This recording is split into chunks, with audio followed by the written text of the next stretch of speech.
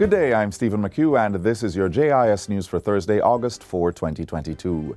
Jamaica and Namibia have signed a memorandum of understanding to strengthen cooperation in the areas of education, health, culture, entertainment, agriculture, and mining. The agreements were reached yesterday, marking the end of the inaugural Jamaica-Namibia Joint Committee meeting on the island. The two countries also reached agreements in other areas, including children and youth, the creative industries, energy, logistics, tourism, urban development, and diaspora cooperation. Minister of Foreign Affairs and Foreign Trade Senator Kamina Johnson-Smith says both countries have made progress on all agenda items. It does make it a particular pleasure to be here today to bring these deliberations to a close after a day and a half of what we understand to be rich, constructive exchanges geared towards strengthening cooperation, particularly through the exchange of best practices, institution building, and enhanced people-to-people engagement. Minister in the Presidency for Namibia, Christine Hobbes, says the discussions allow for meaningful insights into many developmental challenges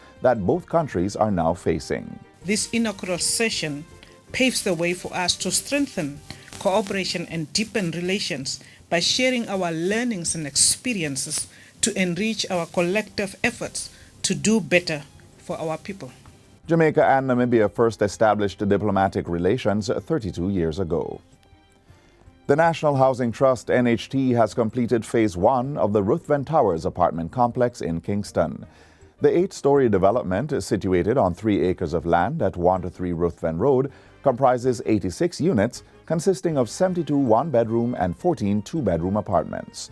6 of these have been reserved for public sector employees. Prime Minister Andrew Holness presented keys to several of the successful applicants during a handover ceremony at the complex on Wednesday. He says the NHT received 389 applications between November 12 and 16, 2021, from which 80 eligible contributors were selected. 58% of those selected were women, with 66% falling within the age range of 25 to 40, all of whom were NHT contributors. The Ruthven Towers complex is the third such development of its type undertaken by the NHT in the last 28 years. Further, the Ruthven development represents less than 1% of the projects currently being undertaken by the NHT, as all other projects are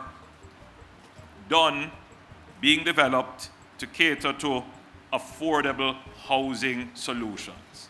Emphasizing the need for diversity in the housing mix, he indicated that the NHT would be going ahead with the additional phases of the Ruthven Towers development. Subject to layout modifications within the allowance for habitable rooms, in Phase 2, we will be able to put on the market approximately 234 more units. There should be no reason why someone who can afford a $40 million home should not get the opportunity to buy his $40 million home. There's no reason. Just as long as we are ensuring that the man who only can afford his $8 million home, he gets it too. The complex is outfitted with a storm water drainage system, fire hydrants, underground and roof potable water storage tanks, a standby generator for common areas, lighting and elevators, among other amenities and features.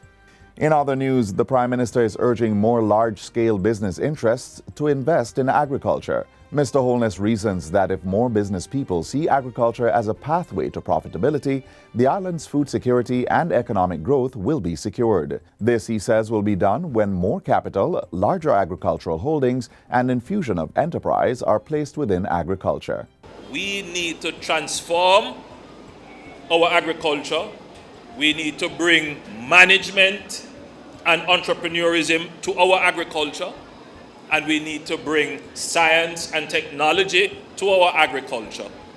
And I believe that if that continues, we are going to be able to transform our agriculture. It doesn't mean that we're going to leave behind the small farmer. No. Mr. Holness says idle lands as well as former sugarcane lands are being placed in a land bank, which will then be structured into agro-parks for interested persons to access. The Prime Minister was speaking on Monday, the final day of the 68th staging of the Denby Agricultural, Industrial and Food Show in Clarendon. Meanwhile, the innovations and best practices of young farmers and agriculture students took center stage at this year's Denby staging. The highlight of the opening day, dubbed Youth Day, promoted government's Grow Smart, Eat Smart campaign.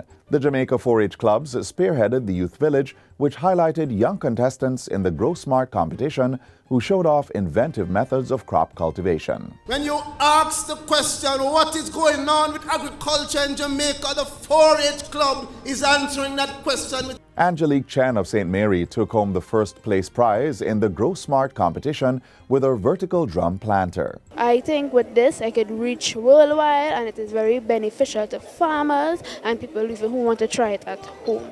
First, second, and third place winners will each receive a portion of $1 million. And finally, the Ministry of Health and Wellness is urging Jamaicans to reduce their heat exposure as the island and other Caribbean countries currently face extreme high temperatures. The heat season is typically between May and October each year, but this year is recording very high temperatures. The ministry is warning that excessive heat stress is harmful to health and is potentially fatal. Typically, heat-related illnesses can range from mild conditions, such as a rash or cramps, to serious and potentially life-threatening conditions, such as heat stroke. The elderly, children under 6 years, bedridden persons, individuals who are overweight, and those with pre-existing medical conditions, including diabetes and hypertension, are more vulnerable.